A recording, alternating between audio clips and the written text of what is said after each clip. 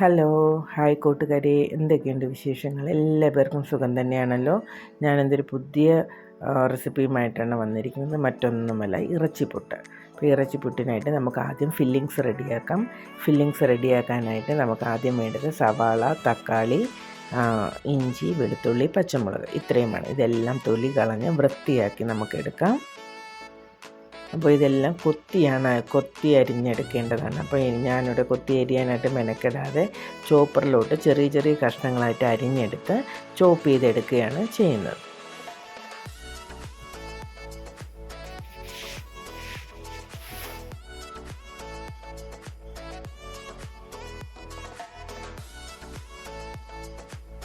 അപ്പോൾ ആദ്യം നമുക്ക് സവാള ചോപ്പ് ചെയ്തെടുക്കാം. സവാള ചോപ്പ് ചെയ്തതിന് ശേഷം ഇഞ്ചി, പച്ചമുളക്, വെളുത്തുള്ളി ഇതെല്ലാം ചോപ്പ് ചെയ്തെടുക്കാം.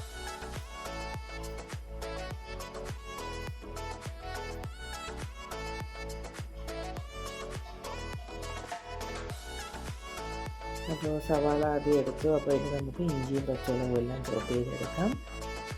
അങ്ങനെ നമുക്ക് ചോപ്പ് ചെയ്ത് ഫില്ലിങ്സിന് ആവശ്യമുള്ള സവാളയെല്ലാം റെഡിയാക്കി എടുക്കാം. അപ്പോൾ ഇനി നമുക്ക് അടുത്ത് വേണ്ടത് ഇറച്ചി കഷ്ണങ്ങളാണ്. എല്ലില്ലാത്ത ഇറച്ചി കഷ്ണങ്ങൾ നോക്കി എടുത്തതിന് ശേഷം അതിലേക്ക് മഞ്ഞൾപ്പൊടി, കുരുമുളക് പൊടി, ഉപ്പ്, ഗരം മസാല ഇത്രയും സാധനങ്ങൾ ചേർത്ത് നന്നായിട്ടൊന്ന് വേവിക്കാനായിട്ട് വയ്ക്കാം. ഒരു 3-4 വിസിൽ മതി. കാരണം സാധാരണ നമ്മൾ ചിക്കനൊക്കെ 2 വിസിൽ വേണം. ഞാൻ എന്നിട്ട് ഇതിന് 4 ചേർക്കുന്നത്. നമുക്ക് ഇതിനെ ഒന്ന് ഇളക്കി ഇതുപോലെ ആയി വരണം. അപ്പോൾ ഈ ഫില്ലിങ്സിൻ്റെ കൂടെ ചേർത്തെടുക്കാൻ നല്ല ഇതായിട്ട് കിട്ടത്തുള്ളൂ. അതുകൊണ്ടാണ് ഞാൻ 3-4 വിസിൽ കേൾപ്പിക്കുന്നത്. ഇവിടെ ഏകദേശം എല്ലാം വെന്ത് വന്നിട്ടുണ്ട്. ഇനി നമുക്കിതിനെ ചോപ്പറിലിട്ട് തന്നെ ക്രഷ് ചെയ്തെടുക്കണം. അപ്പോൾ അതിനു മുമ്പ് നമുക്ക് ചീനിച്ചട്ടി വെച്ച് കടുക് വറുത്ത് ഫില്ലിങ്സിനുള്ള സവാളയെല്ലാം വഴറ്റിയെടുക്കാം.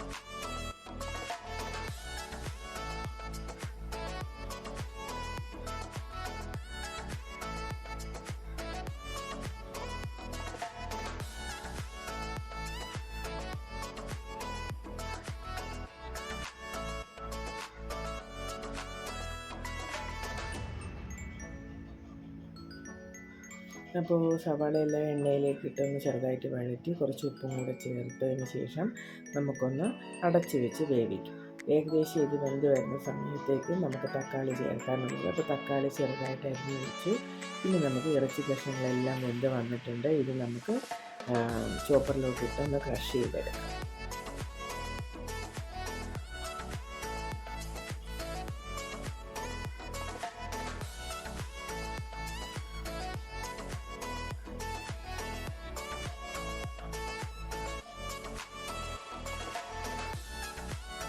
നോക്കുക, അപ്പോൾ ഈ ഒരു പരുവത്തിനാണ് നമുക്ക് ക്രഷ് ചെയ്തെടുക്കേണ്ടത്.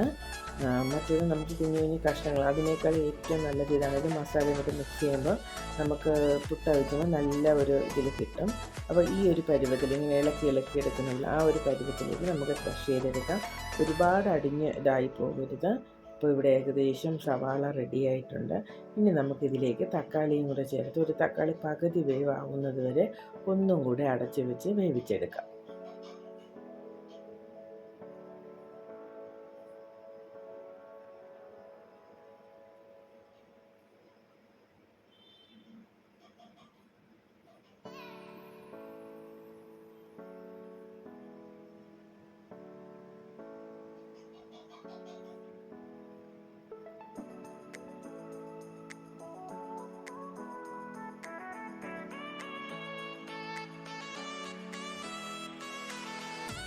അപ്പോൾ വീണ്ടും നമുക്ക് കുറച്ച് നേരം കൂടി അടച്ച് വയ്ക്കുകയാണ്. ഇനി നമുക്ക് ഒരു പകുതി ഒരു തക്കാളി ഒന്ന് വേവുമ്പോഴത്തേക്കും നമുക്ക് ബാക്കി മസാലകളെല്ലാം നമുക്ക് ഈ ഫില്ലിങ്സിന് വേണ്ടി ചേർത്ത് കൊടുക്കാം. അപ്പോൾ ആദ്യം ഞാനിവിടെ സാധാരണ നമ്മൾ മഞ്ഞൾപ്പൊടിയൊക്കെയാണ് ഇടുന്നത്. ഞാനിവിടെ ആദ്യം ഇടുന്നത് മല്ലിപ്പൊടിയും മുളക് പൊടിയുമാണ്.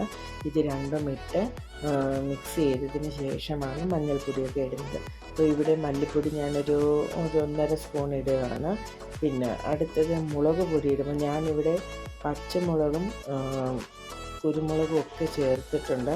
ഇനി കുറച്ചും കൂടെ കുരുമുളക് ചേർക്കേണ്ട ആവശ്യമുണ്ട്. അപ്പം ഞാനിവിടെ കാശ്മീരി മുളക് പൊടിയാണ് ഞാൻ ചേർക്കുന്നത്. അപ്പോൾ കാശ്മീരി മുളക് പൊടിയും കൂടെ ചേർക്കുമ്പോൾ എരി കുറവായിരിക്കും, മറ്റത് ഭയങ്കര എരിയാവും. അപ്പം മറ്റു മുളക് ചേർക്കുന്ന ആൾക്കാരാണെങ്കിൽ കുരുമുളകിൻ്റെയും പച്ചമുളകിൻ്റെയൊക്കെ അളവ് നോക്കി വേണം ചേർക്കാൻ. എനിക്ക് കുറച്ച് എരി മതി എന്നുള്ളത് കൊണ്ട് ഞാനിവിടെ കാശ്മീരി മുളകാണ് ചേർക്കുന്നത്. അപ്പോൾ അത് ചേർത്ത് നമുക്ക് പച്ചമണം മാറിയതിന് ശേഷം മഞ്ഞൾപ്പൊടിയും കുരുമുളക് പൊടിയും ഗരം മസാലയും ചേർത്ത് ഒന്നും കൂടെ നന്നായിട്ട് വഴറ്റിയെടുക്കുക. എരി നോക്കി വേണം ചേർക്കാനുള്ളത്. എരി ആവശ്യമുണ്ട് അല്ലെങ്കിൽ എരി വേണമെന്നുള്ളവർക്ക് സാധാ മുളക് പൊടി ചേർക്കാം. എരി കുറവ് മതിയെന്നുള്ളവർക്ക് കാശ്മീരി മുളകാണ് കുറച്ചും കൂടെ നല്ലത്. ഇല്ലെങ്കിൽ കുരുമുളകിൻ്റെയും പച്ചമുളകിൻ്റെയും യൂസിന് കുറച്ച് ചേർക്കാമല്ലോ. അപ്പോൾ ഫില്ലിങ്സിൻ്റെ ഇവിടെ മസാലകളെല്ലാം റെഡി ആയിട്ടുണ്ട്.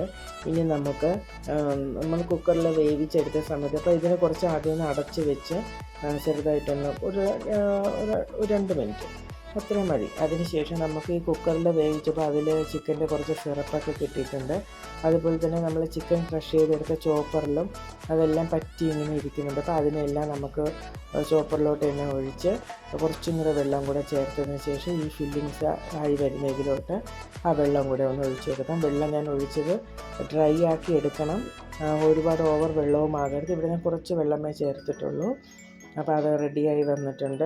ഈ ഒരു തിള വന്നതിന് ശേഷം നമുക്ക് ചോപ്പ് ചെയ്ത് വെച്ചിരിക്കുന്ന ആ ചിക്കൻ്റെ ഇതിലോട്ട് ചേർത്ത് കൊടുക്കാം. എന്നിട്ട് നമുക്ക് ഡ്രൈ ആയിട്ട് തന്നെ എടുക്കണം, കാരണം നമ്മൾ തേങ്ങയ്ക്ക് പകരം ഇത് ഉപയോഗിക്കുന്നതാണ്. അപ്പോൾ ഒരുപാട് വെള്ളം പോലും ഒഴിച്ചു പോകാൻ പാടില്ല, ഡ്രൈ ആയി തന്നെ കിട്ടണം. അങ്ങനെ തന്നെ നമ്മൾ എടുക്കണം. അപ്പോൾ നന്നായിട്ട് മിക്സ് ചെയ്ത് നമുക്ക് ഒന്ന് റെഡിയാക്കി എടുക്കാം.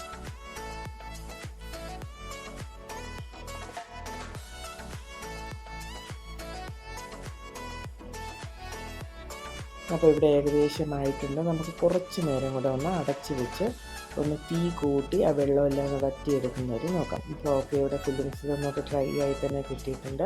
പിന്നെ ചിരട്ടക്കുട്ടിലാണ് ഉണ്ടാക്കുന്നത്. ഈ ചിരട്ടക്കുട്ടിൽ ആദ്യം ഫില്ലിങ്സ് ഇടുക, പിന്നെ കുറച്ച് മാവ്. ആദ്യം ഞാൻ ഗോതമ്പ് മാവിലാണ് ഉണ്ടാക്കുന്നത്.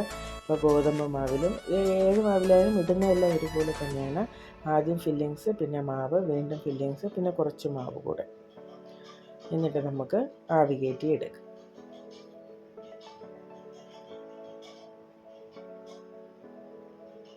അപ്പോൾ ഗോതമ്പ് മാവിലുള്ളതെല്ലാം റെഡി ആയിട്ടുണ്ട്. നമുക്കടുത്ത് ഇനി ഇതിനെ ഒന്ന് സർവ് ചെയ്ത് നമുക്ക് കഴിക്കാനായിട്ട് കൊടുത്തു നോക്കാം. നല്ല ടേസ്റ്റാണ്, ചൂടോടെ തന്നെ കഴിക്കണം, എങ്കിലേ അതിൻ്റെ രുചിയൊക്കെ നമുക്ക് അറിയാൻ പറ്റത്തുള്ളൂ. ഓക്കെ, അപ്പോൾ അടുത്തിനി നമുക്ക് അരിമാവിൽ പുട്ട് നനച്ചത് നോക്കാം. അതിലും ഇതുപോലെ തന്നെ ആദ്യം ഫില്ലിങ്സ്, പിന്നെ അരിപ്പൊടി ഇടണം, വീണ്ടും ഫില്ലിങ്സ് ചേർക്കണം,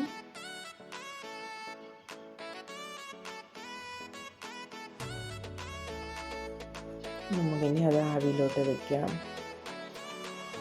അപ്പോൾ വളരെ ഈസി ആയിട്ട് നമുക്ക് ഉണ്ടാക്കാൻ പറ്റുന്നതാണ്. നിങ്ങളെല്ലാം ട്രൈ ചെയ്ത് നോക്കണം. എന്നിട്ട് നിങ്ങളുടെ അഭിപ്രായങ്ങളെല്ലാം എന്നെ അറിയിക്കണം. ഓക്കെ, അപ്പോൾ പിന്നെ വേറെ വിശേഷങ്ങളൊന്നും തന്നെ ഇല്ലല്ലോ. നമുക്കപ്പോൾ ഇനി മറ്റൊരു വീഡിയോയിലൂടെ വീണ്ടും കാണാം. Okay, bye bye, thank you.